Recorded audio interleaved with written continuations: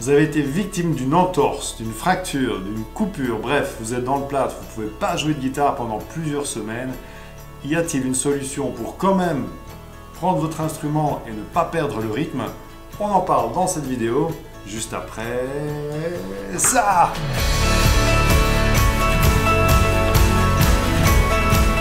Salut, c'est Olivier de Guitariste Pro pour vous aider à progresser rapidement à la guitare avec les conseils d'un vrai pro. Si vous êtes nouveau ici, songez à vous abonner. Je ne suis pas médecin, donc ce que je peux vous dire en priorité, c'est que si vous êtes blessé, que vous avez un plâtre, il faut vraiment être attentif à ne pas déranger la partie qui doit être réparée. Il vaut mieux perdre un mois de guitare, même 6 semaines, et ne plus avoir d'ennui que le contraire et tirer ça encore pendant des années et des années. Et l'idée ici, c'est justement de travailler la main qui est saine.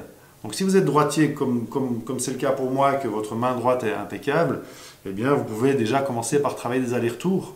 Prenez votre onglet et vous travaillez les allers-retours.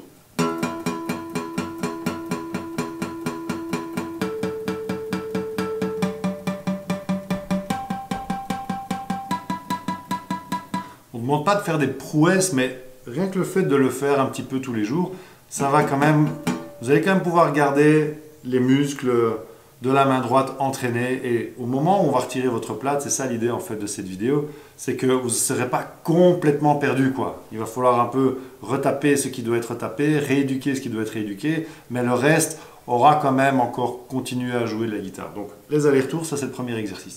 Sweep picking. Ensuite tout ce qui est finger picking, à commencer par les arpèges simplement.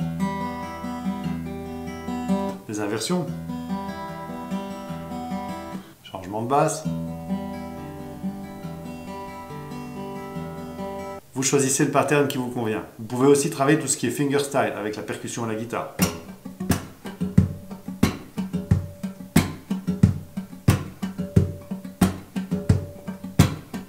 De nouveau, à vous de choisir l'exercice que vous préférez. Vous en faites plusieurs même. Donc la première chose à faire, si cette main-là est saine et que c'est l'autre qui a été abîmée, eh bien c'est de jouer les gâteaux. Je ne vais pas pouvoir vous illustrer ça avec ma main, enfin quoique je pourrais essayer de le faire avec comme ça. Non, ça ne donne rien du tout. Vous pouvez travailler les hammer-on. Hein? Je ne vais pas trop le faire parce que vraiment cette main, je vais faire attention de ne pas trop l'abîmer. Vous pouvez travailler les pull-off aussi. Et puis summum absolu, vous pouvez travailler tout ce qui est tapping avec une main, quoi. Par exemple, Thunderstruck. Ce que vous pouvez faire, c'est essayer de jouer avec un seul doigt.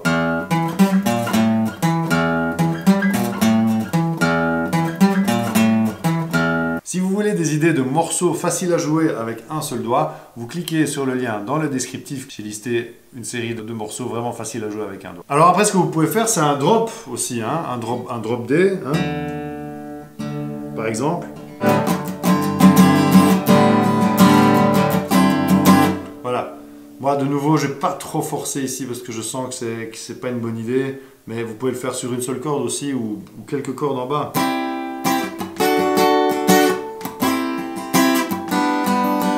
Vous prenez plein de petits bouts de papier. Vous notez dessus le nom des notes, de toutes les notes. Vous pêchez et vous essayez de le trouver. Donc par exemple ici, hop, je pêche un petit bout de papier. Ah, tiens, c'est la note là. J'essaie de la jouer sur la première corde. Ensuite, je repêche un bout de papier, j'essaie de la jouer sur la deuxième corde. Ou alors, vous essayez de jouer la note que vous trouvez sur toutes les cordes. Donc, par exemple, là.